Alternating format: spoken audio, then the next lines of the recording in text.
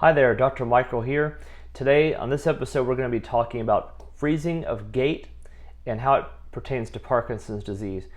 Freezing episodes or freezing of gait, in simplest terms, are when a person with Parkinson's disease wants to move or take a step and cannot physically make their leg pick up and take a step. They're basically stuck, literally on the spot and stuck in place. We honestly don't know why this happens. The greatest minds out there in research, clinical research with Parkinson's disease, really don't have an explanation of exactly why freezing episodes happen. But we do know that there's a correlation between freezing of gait and off times when it comes to medication dosages for Parkinson's. And again, off times are those times in valleys. Basically, there's peaks and valleys in the dosage levels of carbidopa, levodopa, the dopamine levels in the bloodstream. And oftentimes is when somebody's actually experiencing difficulty moving or other symptoms between doses of their Parkinson's medications. So freezing does tend to happen more often during those times, during those off times. And that's really about as much as we know about when they happen. But otherwise, they're unpredictable. And so the best thing to know is to be empowered with the knowledge to do something about those freezing episodes when they happen. Now, you may be watching this as a person with Parkinson's disease, or you may be watching this as a caregiver or a spouse, loved one of somebody with Parkinson's, and could be your mother or father, whoever it is. Especially if you're not the person with Parkinson's disease, one thing that's very important to remember is that by trying to force somebody to move or take a step when they're having a freezing episode can be very dangerous, as it can really increase their risk of having a fall. But that's why it's important also for you to know what to do, as well as the person with Parkinson's. So one thing I neglected to mention a moment ago is that freezing episodes do tend to happen or can happen when there is a noticeable change in surfaces. So for example, if somebody's walking down a hallway, then there's a tile floor and then it changes to carpet, or you go from a single, monochromatic floor to a floor with a checkered pattern or something off visually, that can trigger a freezing episode. It's transitions. And a lot of times in clinical practice, I've noted that turns while walking, approaching a chair to turn to sit in a chair, those can be times that will induce a freezing episode. Anyway, what to do about that when it happens? So, and again, you that have Parkinson's, this is important for you to know. If you have a loved one with Parkinson's disease, or you are a family member, these are things you can help with as well, as far as tips and cues. One thing you can do is to try to march in place. So trying to just take steps, high steps, and stomp the feet in place. That can be very helpful to break out of that freezing episode. Even just shifting the weight from one leg to the other while in standing can do some good. And essentially that's the same thing, or in principle, when you march in place, you have to put one weight on one leg and then the other.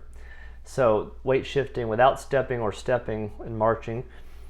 Trying to play music with a really good beat to it, so that you have that auditory cue, that can be very helpful. Trying to kind of take a step to that rhythm, that can break you out of a freezing episode. Taking a cane or a stick or some kind of object that's small enough to step over. Physically stepping over an object can be very helpful to break out of a freezing episode. You can also even just visualize in your mind's eye stepping over an object, and that can be just as effective. The last thing is there are assistive devices out there you could purchase.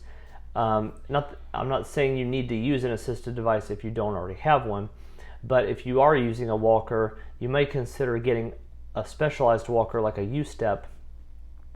Those walkers have, some of them have built-in lasers, and there's a company called Laser Cane that makes a cane that you can use to step. Basically, you push a little button and it projects a laser beam out in the form of a line on the floor, so you can step over it. So it's kind of nifty. But obviously that would be if you really truly needed a device.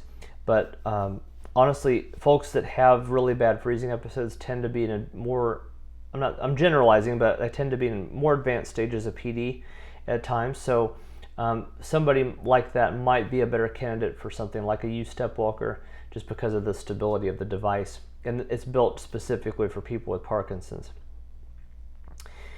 Something just to remember is to take a deep breath and don't get in a hurry. Stress, anxiety, trying to really rush can actually make the freezing episode worse and can actually, again, increase your risk of falling with it. Combining these recommendations with big steps, that's important. I'm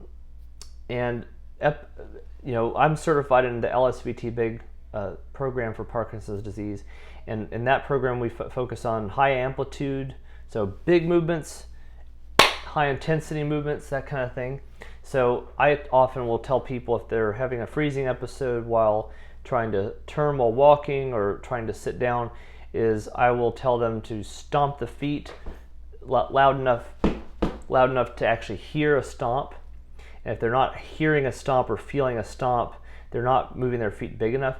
But often that's enough of a cue to get their feet moving better so that they can complete that transition. So I'd love to know in the comments what your experiences have been with this, and whether you have Parkinson's or whether you have know somebody that does in your family or a loved one.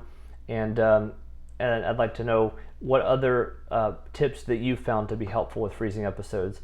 Definitely, as always, consider sharing this video with other people and invite them to like or to subscribe. And I would hope you would strongly consider subscribing to the channel, as we're going to be providing this kind of material and education to people all over the world. And the more people that comment and like and share the videos and subscribe, the more people we can help. So I appreciate you watching, and I hope you have a great day. You've been watching Dr. Michael Hyland, physical therapist, and I'll catch you in the next video.